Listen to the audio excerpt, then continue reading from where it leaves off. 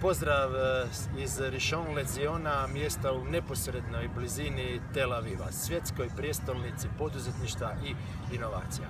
Trenutno se Violeta i ja nalazimo na kampusu College of Management and Academic Studies, institucije s kojom imamo potpisan ugovor o suradnji i na kojoj vi, dragi moji studenti, možete boraviti.